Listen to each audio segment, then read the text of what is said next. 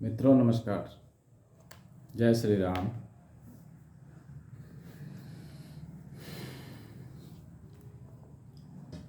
माता पार्वती की विवाह यात्रा संपन्न हुई। अब प्रसंग आगे की ओर शुरू करते हैं। श्री गणेशाय नमः। श्री रामचंद्राय नमः।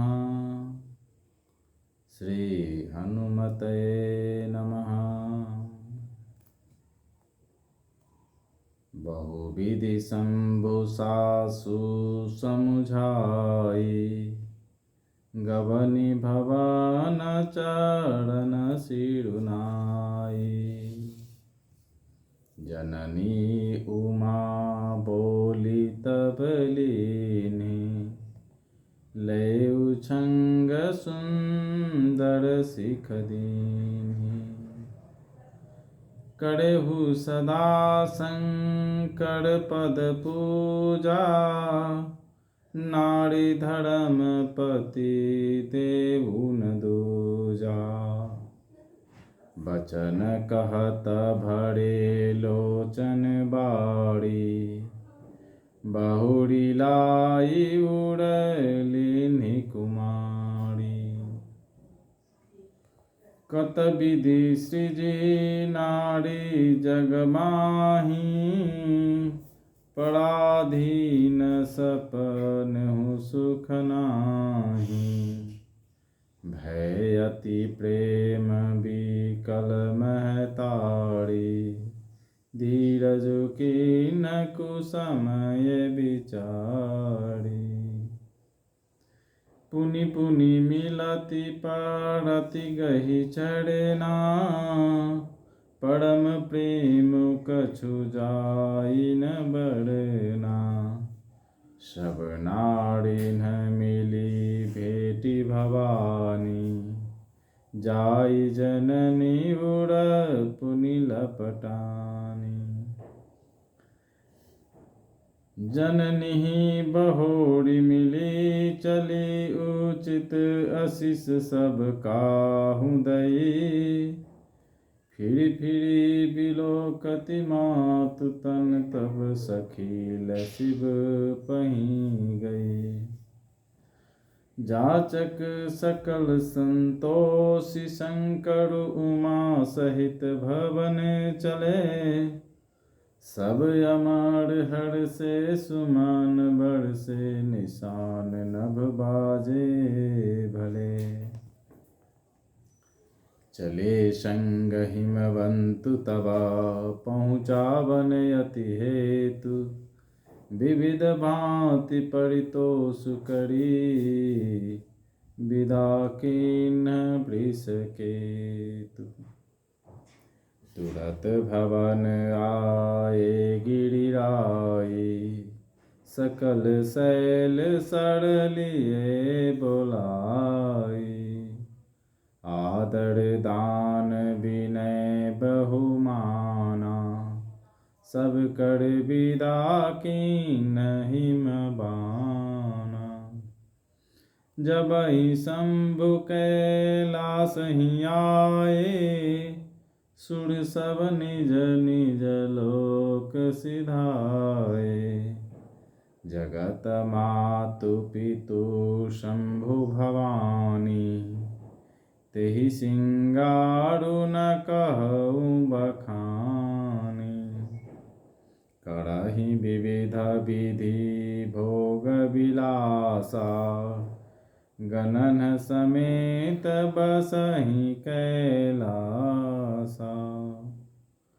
हर गिरिजा बिहार नित नयऊ, एहि विधि विपुल काल चली गयऊ। तब जनमऊ खट बदन कुमारा, तारकु असुर समर जहि मारा। आगम निगम प्रसिद्ध पुराना, सन्मुख जन्म सकल जग जाना। जग जान सन्मुख जन्म कर्म प्रताप पुरुषारथु महा। तेहि हेतु मैं वृष केतु सुत कर चरित संक्षेप ही कहा। यह उमा शंभु विबाहु जे नर नारी कहहि जगावहि। कल्याण काज विवाह मंगल सर्वदा सुख पावहि। चरित सिंधु गिरिजारमना वेद न पावहि पारु। बरनय तुलसीदास किमी अतिमति मंद गवारु। शिव जी ने बहुत तरह से अपनी सास को समझाया। तब वे शिव जी के चरणों में सिर नवाकर घर गई। फिर माता ने पार्वती को बुला लिया और गोद में बैठाकर यह सुंदर सीख दी। हे पार्वती, तू सदा शिव जी के चरण की पूजा करना। नारियों का यही धर्म है। उनके लिए पति ही देवता है और कोई देवता नहीं है। इस प्रकार की बातें कहते कहते उनकी आंखों में आंसू भर आए और उन्होंने कन्या को छाती से चिपका लिया। फिर बोली कि विधाता ने जगत में स्त्री जाति को क्यों पैदा किया। पराधीन को सपने में भी सुख नहीं मिलता। यूँ कहती हुई माता प्रेम में अत्यंत विकल हो गई, परंतु कुसमय जानकर, दुख करने का अवसर न जानकर उन्होंने धीरज धरा। मैना बार बार मिलती है और पार्वती के चरणों को पकड़कर गिर पड़ती है। बड़ा ही प्रेम है, कुछ वर्णन नहीं किया जाता। भवानी सब स्त्रियों से मिल भेंट कर फिर अपनी माता के हृदय से जा लिपटी। पार्वती जी माता से फिर मिलकर चली। सब किसी ने उन्हें योग्य आशीर्वाद दिए। पार्वती जी फिर कर माता की ओर देखती जाती थी। तब सखियां उन्हें शिव जी के पास ले गई। महादेव जी सब याचकों को संतुष्ट कर पार्वती के साथ घर कैलाश को चले। सब देवता प्रसन्न होकर फूलों की वर्षा करने लगे और आकाश में सुंदर नगाड़े बजने लगे। तब हिमवान अत्यंत प्रेम से शिव जी को पहुंचाने के लिए साथ चले। वृषकेतु शिव जी ने बहुत तरह से उन्हें संतोष कराकर विदा किया। पर्वतराज हिमाचल तुरंत घर आए और उन्होंने सब पर्वतों और सरोवरों को बुलाया। हिमवान ने आदर दान विनय और बहुत सम्मान पूर्वक सबकी विदाई की। जब शिवजी कैलाश पर्वत पर पहुंचे तब सब देवता अपने अपने लोकों को चले गए। तुलसीदास जी कहते हैं कि पार्वती जी और शिव जी जगत के माता पिता हैं, इसलिए मैं उनके श्रृंगार का वर्णन नहीं करता। शिव पार्वती विविध प्रकार के भोग विलास करते हुए अपने गणों सहित कैलाश पर रहने लगे। वे नित्य नए विहार करते थे। इस प्रकार बहुत समय बीत गया। तब 6 मुख वाले पुत्र स्वामी कार्तिक का जन्म हुआ, जिन्होंने बड़े होने पर युद्ध में तारकासुर को मारा। वेद शास्त्र और पुराणों में स्वामी कार्तिकेय के जन्म की कथा प्रसिद्ध है और सारा जगत इसे जानता है।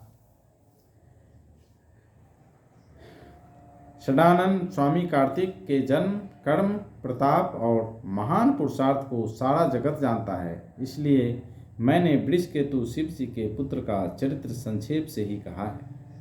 शिव पार्वती के विवाह की इस कथा को जो स्त्री पुरुष कहेंगे और गाएंगे वे कल्याण के कार्यों और विवाह आदि मंगलों में सदा सुख पाएंगे। गिरिजापति महादेव जी का चरित्र समुद्र के समान अपार है।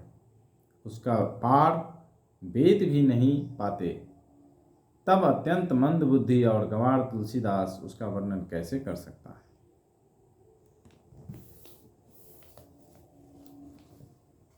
आज के लिए इतना ही। मिलते हैं फिर नए प्रसंग में। चैनल पर नए हैं तो चैनल को सब्सक्राइब करें। मिलते हैं। जय श्री राम।